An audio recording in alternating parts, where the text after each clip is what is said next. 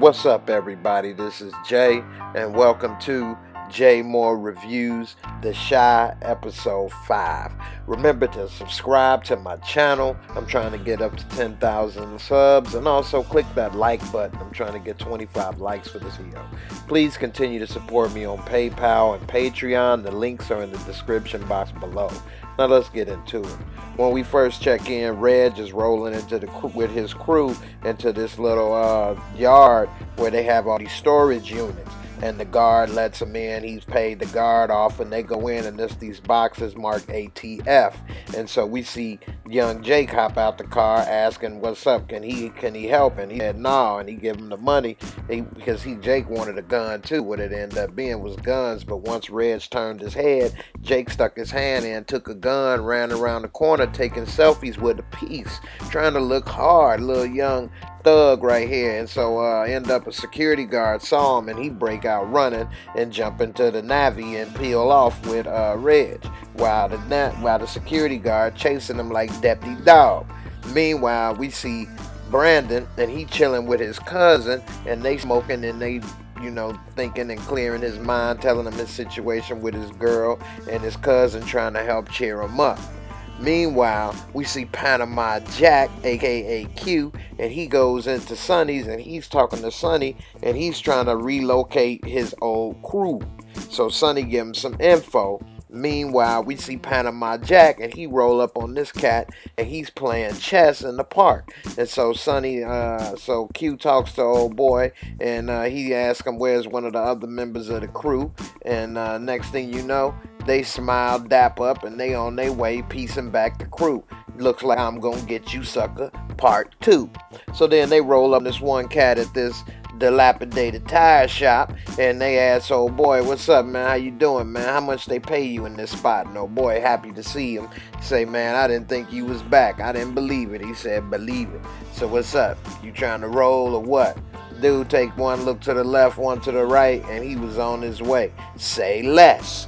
Meanwhile, we see Emmett, and he's going to talk to Habib Jr. about the gig, about what he was supposed to be putting him on with. He hooked him up with the shoes, so Habib was going to give him a job. He told him, "Take this van, I'm going to give you 100. Once you get there, they're going to put some boxes in it. You come back, I give you another 100. It was suspicious, but he did it anyway. Now we cut to Brandon, and he's on the phone trying to hit up Jerica, trying to get back in, until his cousin roll up on him and tell him, Dad, you got to be strong. And so he cuts it off. He changed the script, saying, instead of leaving the message nicely, he say, "Pack my stuff. I want in my George Foreman grill." They hop in the Beamer, and they getting ready to pull off until they get rolled on by the police, Officer S. Curl. So Officer S. Curl pulls up, asks him, "Let me see your license registration." While he give him that, they sitting there talking, and he's saying, "Hey, I know where to cheer you up. You need to get with old girl that's at your job. I know she like you." So they laugh about it. Officer S. Curl come back, and he followed the drip. That's when he's a good detective, and he let him know, "Hey, your tags is expired. Get it fixed." They say, "Thank you." They moving on along.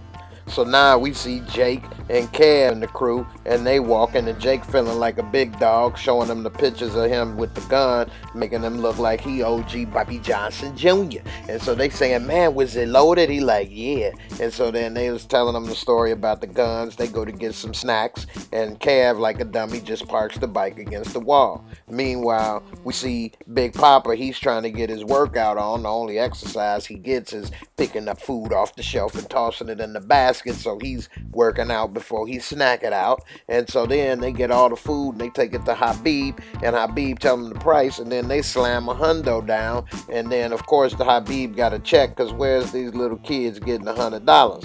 And so he check, and they give him a little hard time, but everything check out. And so he let them out. They on their way. And while they talking, next thing you know, Kev noticed his bike is gone. Somebody done stole his bike. He ain't got no more wheels. So they're wondering what's going on. Meanwhile, we see Booger Beard, aka Boog Knight, aka Ronnie, and he's at the door of Tracy, and he's knocking to let her know that he found her son's phone. and she didn't want to hear it until he pulled out the phone. And so now she at the phone, and while she looking, he say, "Hey, you mind if I come in?" So she rolled her eyes, but in the end, she let him on in. And so next we see Kev and the crew, and they walking, and they asking, "So what you gonna do about the bike? Whose was it?" He say, "That was Brandon brother bike." And he say, Papa say, "Well, that was cursed anyway." And right when he say that, we see Miss Big Papa, and she's riding on the bike. So he screamed, "Give me back my bike!" And she keep going. She ain't stopping. He can't catch up with her, so you know he's slow. And so then he say, "I gotta get my bike." Meanwhile, we see Emmett, and he's finally arriving with the van, and old boy tell him to back it in. So he back in the van in, and then dude tell him, "Hey, stay in the van." So he stays in the van. Meanwhile, he looks in the back in the rear view mirror because he's sweating bullets. He's starting to get worried what the hell's going on. And when he look in the back, he see dude got a gun on top of the box. So he like, "What the hell these boxes?" And dude take the gun, tuck the gun, and then he start loading the boxes in the truck. And so he's thinking, "Damn, what the hell is in these boxes?" Dude is packing heat. And so they pack it up, hit the truck, tell him to be on his way. So he roll out. He on his way. Meanwhile, we see Tracy, and she trying to put in the code to the phone to get the phone unlocked, but it's not working. And so Bug Knight asks her, "Hey, do you know the code? Maybe he changed it." She's saying, "I don't know. I can't figure this out." And then she see, when she look up at him, that something ain't right. He got a red stain on his shirt, like he must have got a lap dance from a girl that was on her period. Or better yet, he having that time of the month lately his damn self. And so she say, "What's going on? You all right? What is that?" And he's saying, "Nothing. I'm good." And she like, "Well, what's going on, Ronnie? You ain't telling me." And so he say, "You really want to know?" And she like, "What is that supposed to mean?" He like, "Well, I did what you told me to do." She like, "I didn't tell you to do nothing." He like, "You told me to handle what happened with Jason, so I did." And she like, "I don't know what this is that's going on, but I don't want no part in it. And as a matter of fact, you need to leave." And so it ended up making him look stupid. And she said, "Matter of fact, take this phone with you. I don't want it no more. I don't want to have nothing to do with this." And so he just looked stupid and had to leave. Meanwhile, we see Kev and the crew, and they walking down the street, and then the hoods that stay and run that block see him, and so Big Papa see him too, and everybody, he's saying, "Hey, I can't be past this block. My mama don't want me." They like, "How she know?" He like, "I can't lie to her. Plus Jesus watching." And they like, "All right, Papa." So he just break out running. he see them move that fast, and said he went to go get them nutty bars in the convenience store. And so they keep moving, and then they try to ignore dude when he calling them out, calling them locks, and they keep moving, and dude walk on over there. He say, I know you hear me." And he say, "You Reg, little brother, what you trying to do?" And then he ain't say nothing. And then Kev say, "I'm trying to go see a girl." He said, "All right, little bust a nut, you can go. But this one here, you got to turn back. You got to go." And Kev say, "Well, you ain't going to hurt him, is you?" He say, "It depends on him." And so he ended up backing up and keeping it smooth, and he didn't want to start nothing. So Jake, he ended up leaving and going back to where he came from, his side of the hood. But on the process, he kind of mean mugged each other, and you can tell that this might end up being something bigger than it should be down the road. They may even make Jake shoot them or something just to get jumped into the game. We'll see. So Kev, he's on his own in pursuit of his bike. Meanwhile, we see over at Reg at the stash house, they unpacking the guns that they took, and little Whoopi Goldberg tell him the old man got company. And he like, "Oh yeah," he like, "Yeah, it's two dudes in there, one crazy dude named JB." And then we see in the window, they just as obvious as can be, standing there looking out of my project window. Meanwhile, we see Emmett, and he get back to Habib Jr., and he telling him, "Man, what the hell is in this van? This ain't no ISIS shit going on." He like, "ISIS? Now who's the one being racist?" And he say, "Man, look, you got to tell me what's going on." So Habib, he break open the van, and he open up a box, and he pull out a pack of squares, and he like, "Man, this is it. And he like, yeah, man, they illegal. He like, so you don't pay the tax. So what? He like, yeah, but I make, I sell them for $1 a piece. That's $20 a pack, and I only pay $4 when I buy them here. He like, that ain't bad, but what you should do is help me with the shoe game. We make more money. He like, oh, then why you asking me for a job? He say, I ain't got enough money for scale. And so he said, you know what, maybe my cousin might be into that. And so they may end up going into work with the shoe game. Meanwhile, we see Kev, and he finally then made it to the projects, and he locates his bike because he knew where the girls stay, and he probably smelled some chicken grease. And right when he was about to get the bike, she comes on out with her Afro Puffs Rage, and he's saying, well, I need the bike. And he look and see their house is kind of broke down, and she say, well, let's hold hands first and you can have it. And then they get a little grossed out, and then he like, you know what, you can keep the bike, because she said she needed it to get some Pampers for the baby. He like, you should borrow it for now. So I think she's finally wearing him down. Now meanwhile, at the end, we see that the block party's underway, and so now we see people bobbing and shaking. We see the OGs in the cut right there, Panama Jack and the crew. And so we then see Bug Knight and Grandma, and he's helping her move through the hood.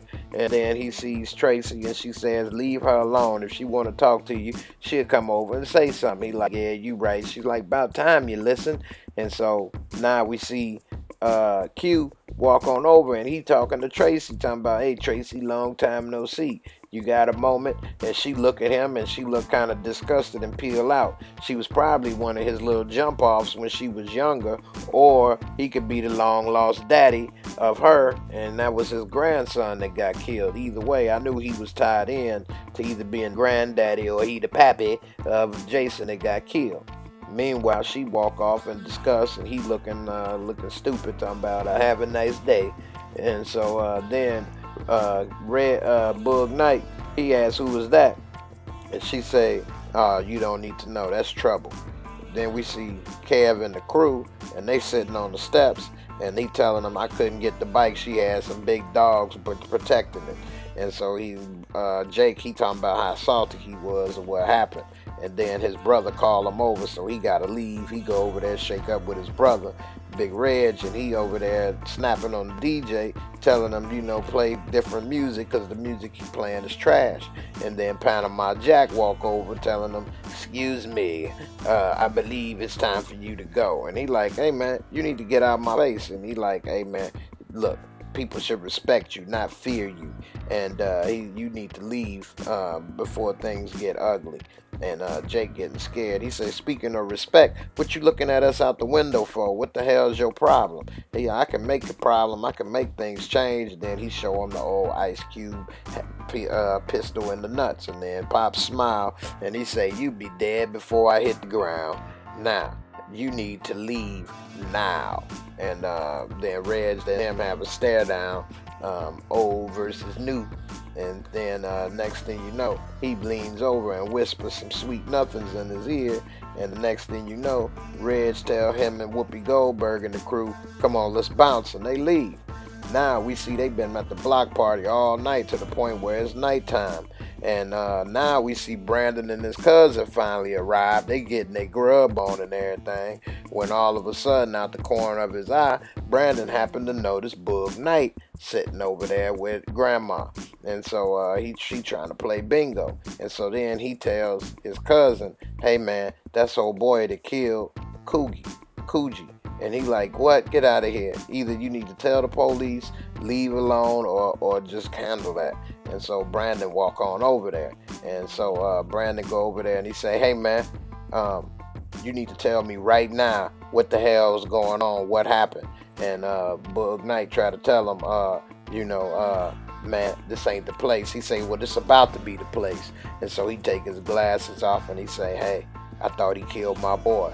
My boy was murdered, and some people told me that your brother was the one that did it. I know it's messed up. I got the wrong person. And he say, hey man, look, you see that boy over there? Nothing better not happen to him. And you better not ever get the wrong person. There better not be no more mistakes, or else I'm coming for you, basically. And he said, my brother was just a little boy, a kid, and you took him out. And so now Boog Knight and him, they kind of got an agreement somewhat. Now we see the party going on and everybody dancing, and then next thing you know, Jerica pop up looking cuter than she ever has, and Brandon see her, and so he's smiling, he all happy to see her. He try to go in and give her a hug, and she kind of throw the little block up like Matumbo, and so he wondering what's going on, and he thinking, well, maybe it was this little picture or something that his cousin sent. And before she could finish, this little square came in with the little button-up shirt, and he like, what the hell is this? And she like, oh, Brandon, this is such and such. And so Brandon looking a little salty, and then dude kills him with, oh, you must be the dude that's been calling all day. And then Brandon is just like, his heart just fell out on the floor, and he like, what?